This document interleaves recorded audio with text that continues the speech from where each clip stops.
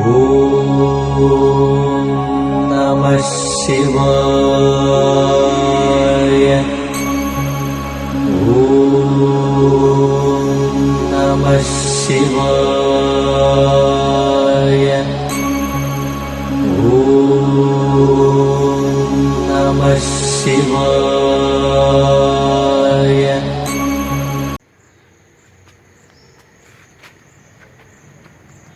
नमस्कार मित्रों, मैं ये जो आपको फल दिखा रहा हूँ, ध्यान से देखिए इसको। अब ये सावन का महीना चालू हो चुका है आज से। जहाँ तक हो सके मैं आज अब सावन के माह में मैंने अपने वीडियो का टाइटल भी बदल दिया है। आप देखेंगे जय महाकाल के नाम से आने लग गया है। नकल मारने वालों को थोड़ा तकलीफ़ होगी।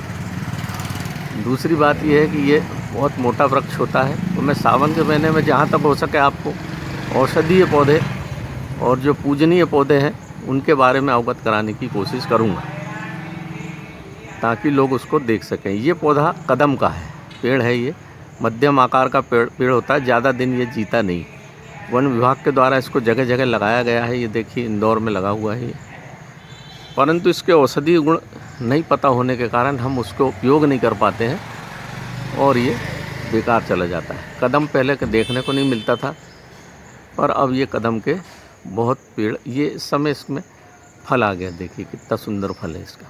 इसका फल का उपयोग ज़्यादा नहीं किया जाता, क्योंकि इसका फल जो है बांझत्व ऋतु स्नान के बाद अगर इसके फल का प्रयोग कर लिया जाए तो बांझत्व उत्पन्न हो जाता है। इसलिए महिलाओं को इसके फल का उपयोग नहीं कराने देते हैं, परंतु इसके पत्ती छाल का प्रयोग बहुत होता। बहुत काम का वृक्ष है ये मित्रों। ऐसा कहा जाता है कि यह कदम का पेड़ अगर माँ होता यमुना तीरे, मैं भी उस पर बैठ कन्हैया बनता धीरे धीरे। ये हमने बचपन में पढ़ी थी ये बात। इसकी पैरेलल ढलान होती है, इसलिए बैठ के ऊपर जाने में बड़ी सहूलियत होती है। और ऐसा मानते हैं कि यमुना के किनारे अगर ये पेड़ मिले तो उसके औषधीय गुण बहुत बढ़ जाते हैं, इसलिए शायद ये लिखा होगा। ये बड़ा धार्मिक पेड़ है। इसको घर के सामने लगाने में आपके बहुत सारे दुख संताप दूर होते हैं, घर में सुख शांति प्रदान होती है। इसलिए कदम या कदम्बा भी बोलते हैं इसको। दूसरी बात, इसको जंगली कुनैन बोलते हैं, वाइल्ड कुनैन। इसकी पत्ती, किसी भी प्रकार का ज्वर हो, बुखार हो जो उतर नहीं रहा हो, इसकी पत्ती का सूखा पाउडर बना लीजिए या गीला रस निकाल के थोड़ा थोड़ा पिलाएं, क्योंकि प्यास लगती है इसमें, एकदम से नहीं पिलाना है। बिल्कुल 1-4 बूंद पिलाएं तो मलेरिया बुखार में ये बहुत अच्छा काम करता है। देखिए इस समय मलेरिया बुखार का समय चल रहा है। अगर इसका प्रयोग करेंगे तो बुखार आएगा ही नहीं, और अगर आ गया है तो बुखार शीघ्र उतर जाएगा। इसलिए इसको जंगली कुनैन बोलते हैं। दूसरी बात ये त्रिदोषनाशक है, शीत प्रकृति का है ये। किसी भी प्रकार का जो बवासीर, खूनी बवासीर हो, उसमें इसकी छाल का प्रयोग किया जाता है। त्रिदोषनाशक है। रक्त पित्त में बहुत अच्छा काम करता है। जिनको एसिडिटी, गैस हमेशा रहती है, पेट में हमेशा जलन रहती है, एसिड ऊपर गले में आता है, गले में छाले हों, आंतों में छाले हों, अल्सराइटिस कोलाइटिस हो गया हो, लोग बोलते हैं कि एंडोस्कोपी की, आंतों में छाले हैं, आंत काटना पड़ेगी या बेरियम थेरेपी कराना पड़ेगी। इसके पत्ती का रस अगर आप देंगे या सूखी पत्ती का पाउडर 1-1 चम्मच सुबेरे शाम देंगे तो पेट के समस्त छाले, मुंह के छाले हों तो इसके पत्ती को आप चबा के थूक दीजिए, मुंह के छाले ठीक हो जाएंगे। पेट के छाले, खूनी बवासीर, सब में ये बहुत काम आता है। टाइफाइड में भी इसको हम पत्ती को अच्छी धो के इसका रस को दे सकते हैं, तो टाइफाइड में जो आंतों के छाले हो जाते हैं उसको ये अच्छा कर देता है।